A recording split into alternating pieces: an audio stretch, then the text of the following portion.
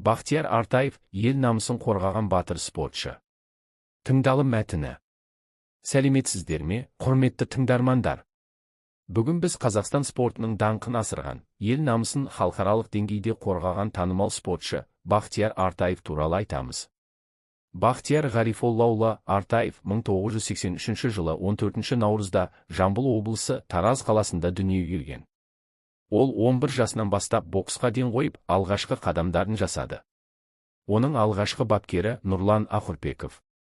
Бахтиярдың спорттағы ең үлкен жетістігі 2004 жылы Афинада өткен Олимпиада ойындарындағы жеңісі. Ол 69 келі салмақта алтын медаль жеңіп алып, Қазақстанның даңқын асырды. Сондай-ақ сол Олимпиадада ерекше шеберлігімен көзге түсіп, ең үздік боксшыға берілетін Вел Баркер кубогын иеленді. Бұл тек Олимпиада чемпиондарына ғана емес, ең үздік техникасы бар спортшыларға берілетін беделді марапат. Бахтияр Артаев халықаралық деңгейде өз шеберлігін дәлелдеп қана қоймай, Қазақстанда да бірнеше рет чемпион атанды. Ол 7 мәрте ел чемпионы болып, Азия ойындарында және әлем чемпионаттарында жүлделі орындарға ие болды.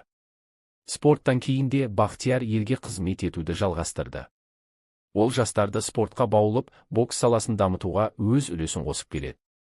Оның есімімен Тараз қаласында арнайы бокс сарайы ашылды. Бахтияр Артаев тек спортшы ғана емес, нағыз ел патриоты. Оның қажырлы еңбегі, табандылығы мен жеңіске деген құлшынысы барша жастарға үлгі.